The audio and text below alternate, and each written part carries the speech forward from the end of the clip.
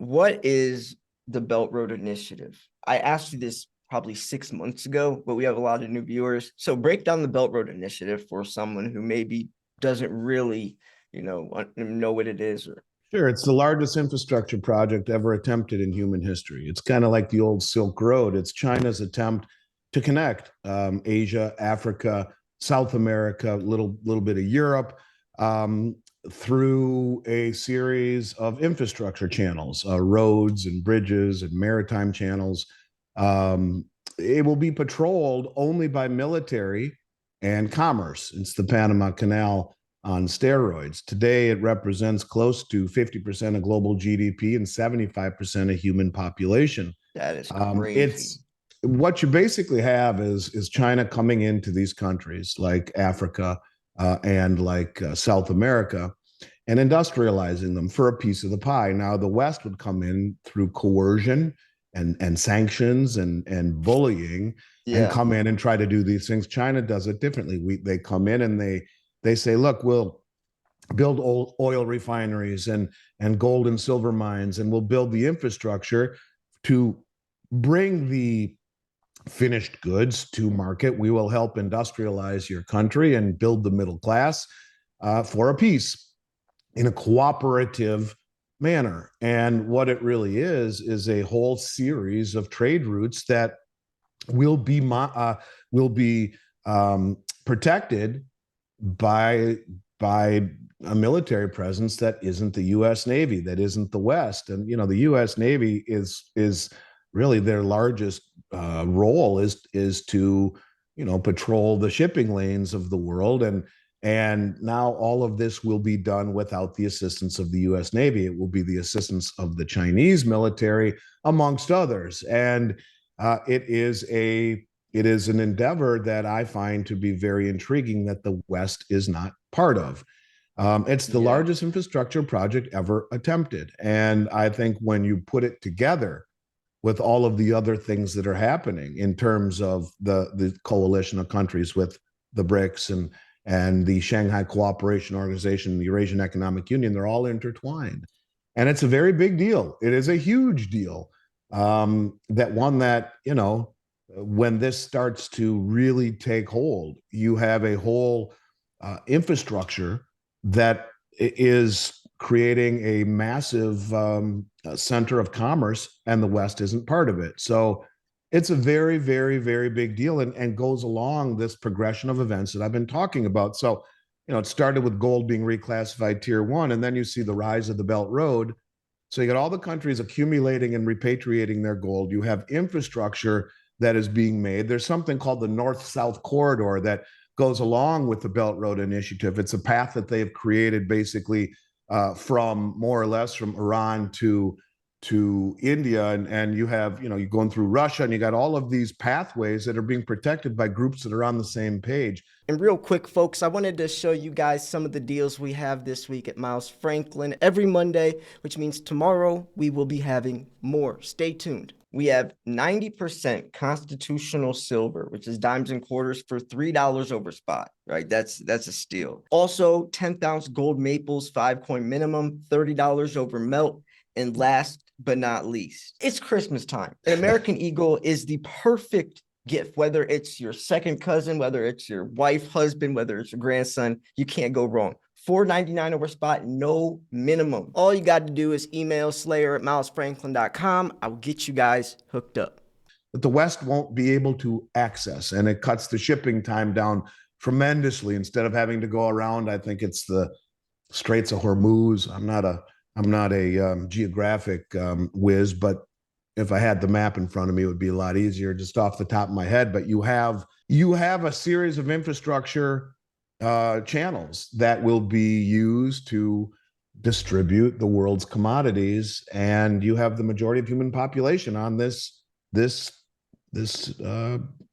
mass of infrastructure, and it's not something to be taken lightly, especially when you throw all of the other things together into it. You start to put it together, and you can see, well, these countries possess the majority of the world's commodities, the majority of the world's energy. They have a military might bigger than ours when combined, bigger GDP, massive human population.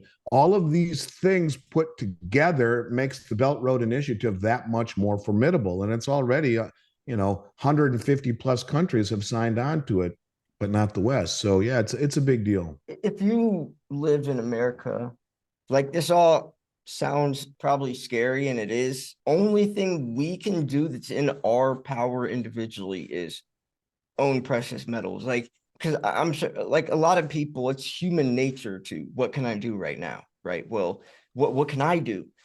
All you can do is protect yourself and prepare, and precious metals is the answer for that. Obviously, if you want to get into prepping, you could get food and all that, but when we're talking about security and building something for your family and making sure everyone's safe, I feel like gold and silver is the only true solution to protect yourself. Well, it's one of the best. That's for darn sure. I mean, there are other Yeah. things that you could do, like to get yourself out of debt, Yeah. best you can. Remove counterparty risk is certainly one of the things that precious metals offer you, because I think counterparty risk is going to be something that is a very, very dirty phrase in the coming months ahead, with all of the instability, the over leverage, and the undercapitalization of the banking system, and the bail-in threat, and when you talk about what gold and silver represent, to me, they represent wealth. They're not an investment. When you see the Yeah. central banks of the world accumulating more than at any time in central bank history, that should be a big indicator. And these people are not just the wealthiest, but they have the playbook. They're the most well informed. So gold and silver represent wealth that is outside the matrix, that is unencumbered, that is not simultaneously someone else's liability. So yes, you own it not to get wealthy, but that it Yeah. is wealth. And in times Yeah. of great uncertainty and of change, that's why you own it. And I think it's important to say that. Look, yeah, I own a precious metals company. Yes, you and I have a relationship, and you're representing my company as well. And I'm honored for that. And part of what I have struggled with being on YouTube for all of these years is trying to let people understand that there doesn't have to be good intentions, and Right. running a good business do not I need to mean, be mutually exclusive. we Yeah, I buy run a we buy company. I want to silver make money, ourselves. but I also want people to understand that I am Yeah. completely genuine in the things that I am saying and seeing, and Yeah. use your own due diligence and your own research after hearing some of these things to validate and verify. Yeah. And if you come to the same conclusion that I do and that you have, that man, this is scary as hell, and you can see this group of mass of humanity growing against the West. Well, what happens if I'm right? What happens if there's a 20 or 25% chance that I'm right? Shouldn't you at least then validate having something in the way of gold and silver? And Yeah. point is that yeah, gold and silver represent unencumbered wealth outside the system with no counterparty risk. And I think that's really the main point here, is that if you are, I guess, if you are fully invested in dollars and dollar-based assets, there's a high probability in my mind you become a victim before this thing is all said and Yeah. done. Yeah. And it's not like we don't stack silver and gold. Like I this was a core silver stacking channel, not making a penny, just showing off my silver coins, unboxings, right? It's more of just trying to help people protect their wealth. And I You don't also know agree, anyone in the world an apology. You don't. yeah. And that's the thing, is that if people, the 100,000 people who are on your channel haven't figured out you're for real by now, I figured it out in 30 seconds. And that's why Yeah. I keep saying that I'm honored to work with you, because Yeah. to me, the only thing that matters in a world losing integrity are people who have it. And, you're for real. And it seems that everyone out there isn't. Yeah. And or at least lots of people out there aren't. And it's a sad statement, but look at what's happening around this country. Look at the lawlessness and the divisiveness and the anger and the this country is not united any longer. And this country is, everyone is a cynic because they think everyone's out to pick your pocket and to take from you. And it's a sad statement. It's a Yeah. sad state of affairs. So I would rather work with someone like you, who is true and genuine and is trying to help people and has a proven history of that long before you were making any money. You're giving away your own silver. And that's why I For say years. I'll always Yeah. take For part years. in helping you do these giveaways. But Years. that's the point. And God bless you for doing it. I think that Yeah. what goes around comes around in It's life. the I've it's the learned that least. myself. Yeah. It's the least I can do for my subscribers. Like people don't understand. Like I genuinely appreciate and love like all of my viewers, and that's why I've had some of the most amazing phone calls over the last couple of days with you guys. Someone who wants to place an order or whatever, Slayer at milesfranklin.com. You can call me. I've talked to a lot of this guy, man. Last night we talked on the phone for probably 30 minutes, not even Mhm. all just about silver, just talking. And it was so cool. I've never had that opportunity to just talk to my fans, just talk to people on a one-to-one basis. So yeah, I appreciate you guys a lot. Knock it off. Um so yeah, I'm trying to think if there's anything else. Is there anything else you wanted to Let me bring take up? a look at. I got some notes here. Let's see. You have the numbers that have been published by the US government. And I was reading an interesting article by one of my favorite authors, and Simon Black.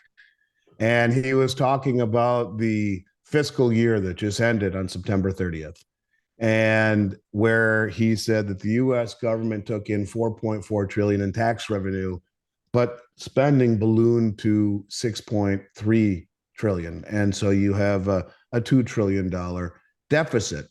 He showed a link directly to the US government's website where they're saying in 2024 federal spending is projected to run to 6.8 trillion, 7.1 trillion in 2025, and 10 trillion by the end of 2033. Now, you know, tax revenues have been decreasing lately.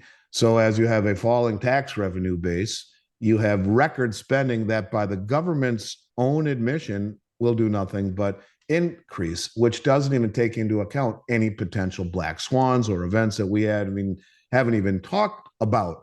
And this basically, think about it this way, that the government says that by 2031, in 7 years, all of the tax revenue will go just to pay interest on the national debt plus the mandatory entitlement spendings like Social Security, which is 70 plus trillion in debt in the whole, underfunded. IOUs, 70 trillion. A trillion seconds ago was 31,688 years ago. So Jesus. that Holy means crap.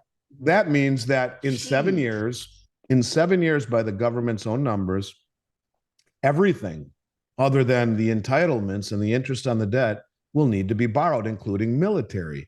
So, how likely is it for the United States to be the world reserve currency and the world's dominant superpower when we need to borrow money just to fund our military? This becomes a situation that is unattainable. And that's why when people say, when's this going to happen? Why hasn't it happened? Well, it's because instant gratification for these people is not soon enough. I Yeah. think you have to Yeah. look at the numbers, the logic, the Yeah. mathematics, the economic, take a Yeah. step back and say, yeah, it's going to happen. It's a world of probabilities. The probability is that the shit hits the fan at some point. These numbers become Yeah. reality. Now, this doesn't even talk about the potential loss of the petrodollar and what would happen then. So this is a situation that, by the government's own admission, is growing rapidly out of control. And ask yourself, how can we be the world's dominant superpower when in 7 years we're borrowing money to fund our military? It doesn't work that way. If all of the money that you make is going just to pay the interest on your Visa card and your mandatory spending, so whatever that mandatory spending is, and you have no money left for anything else, well, that's a problem. You're not the superpower Yeah. anymore. Quite to the contrary, you are at the mercy of your creditors. And Yeah. if the creditors say we're done, then who steps in? Well, the Federal Reserve. That's called monetization of assets, where the Federal Reserve buys the U.S. Treasuries exclusively directly from the Fed, which is illegal, but goes to the Treasury, goes directly to the Treasury, buys all the bonds, and hyperinflates the currency, and it becomes Weimar Republic Germany. We have crossed that line. where there's really, it's very difficult, I think, to ever come back from. We are at 130% debt to GDP, brother, and there's never been a country in history that's come back from that without defaulting, either Yeah, outright or by hyperinflation. And that's why I have said for a long time, option number three is to find a villain. And that's Xi Jinping and Putin and OPEC, which goes directly into Jared Bernstein's thesis of losing the reserve status. I mean, it all makes sense if you that look at it that's and line it up. So the question that's should really be, what happens when yeah. that switch is flipped? Yes, it's provocative as hell that United Arab Emirates told the world we're not going to take oil anymore. And Putin comes there the day after this. And by the way, makes that announcement 2 days before 200 countries from around the world are in his Yeah. country to talk about climate change. Then Putin flies there, flanked by 4 military jets, hasn't left his country but twice in the last few years, and then goes directly to Saudi Arabia after that. Are these things coincidental? Is Jared Bernstein's thesis coincidental? We just happen to weaponize the dollar and sign an executive order. All of these things that continue to happen, one after the other after the other. And at the same time, is it coincidental? Gold is reclassified tier one, and the central banks are buying it at a record pace never seen Yeah. before and repatriating it, and now doing the same thing with silver. But not just that. Look at the London Metals Exchange drawdown in zinc and aluminum last year, and all of their commodities are being bled dry. Look at how China is going around the world and striking deals, building oil refineries and gold and silver mines, and helping these countries develop their natural resource base and offer mutual cooperation to help industrialize. And look at the countries that have signed on to BRICS already. The other 20, there are 20 that have now formally applied that I just saw the list yesterday. Every one of them is massively rich in resources, not in and of themselves capable of standing up to the West, or they end up just like Gaddafi did. But together, yeah, very, very formidable. And I think that is why, you know, people have had a hard time seeing the progression of this. Excuse me, hasn't unfolded fast enough. But they're doing things the right way, very methodically, where they are building Yeah. a very large mass cryptocurrency. People would call it adoption. Well, they're building mass adoption. And when when the adoption has become so substantial and formidable, it's very difficult to push back against. And I think that's what they're doing. They're doing it the right way. They're playing chess, we're playing checkers. Yes, exactly. Yeah. It's funny. It's Exactly. like, and I like that. I'm so happy you made that $1 trillion statement into seconds. I feel like people don't understand how much bigger of a number a trillion is compared to a billion. I feel like the human brain can't even fathom how much bigger of a number that is. So when we say like 34, 31,688 years ago is a trillion see seconds. So that's insane. And we're trying to get ourselves out of debt by replacing it with more debt. Say like that's trying to pay off a credit card with another credit card. It's going to catch up. well, and that's But why, you know, my mentor and hero, I guess you could say, for a very long time in business was Richard Russell. God rest his soul, long before your time. And I used to read Richard every single day, the Dow Theory letters. He was an amazing, amazing man. And um, I used to like reading him every day and would hope that he would talk about his life. He was a World War II bombardier and sat in the bottom of a B-52 dropping bombs in World War II Germany, and the stories that he would tell and his life experiences. I understood him to be one of the most fascinating people I had ever met, and he always, even back then, when the national debt would have been at the most when he was alive 17 trillion or so, half of what it is right now. He always said the Fed has crossed that line. They have two choices, but to inflate or default. And I think there's option three, and that's what the West is choosing. And it's to find a villain that we can blame for blowing up the whole system. And that's exactly what I think the idea is. And then by weaponizing the dollar and signing an executive order to go green, you incentivize the villain to rally and to take the next step. And that's exactly what you see happening. And and then all of the countries that are rich in resources that are sick of the 500-year dominance of the West, the collective West, are saying, yeah, this is our one shot. So let's do it the right way. So wait until you see the other countries that have signed up. Next time we talk, I'll give you the list of the other 20 and we can talk about it and look at all of their natural resources. And I focus on this because to me, it is the ball. Keep your eye on the ball. It is the ball. I don't think people quite understand the privilege, the exorbitant privilege we have enjoyed by being the world reserve currency. I don't think people understand it, but we lose it, they will. And Yeah. that to me is why it is my singular focus. Everything else around it, like gold and silver's rise, will be as a byproduct of a falling dollar.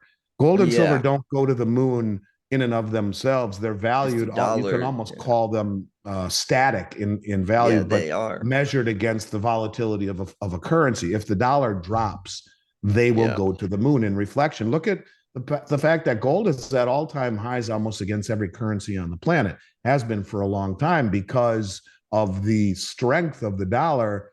The value of gold and silver are muted. Well, wait and see what happens when the demand for dollars, which has been had a synthetic demand for 50 years because everyone's need to own it to buy oil. Watch what happens when that is no longer the case.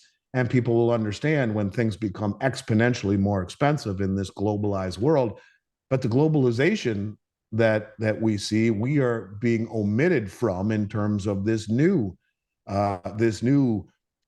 trend of moving away from the Western system of globalization. It will be a different system, and either you're part of it or you're not. And it'll be one that will be based upon mutual respect and cooperation and upon commodities and real things instead of the opaque debt-based system of the West. And that to me is something that is very clear.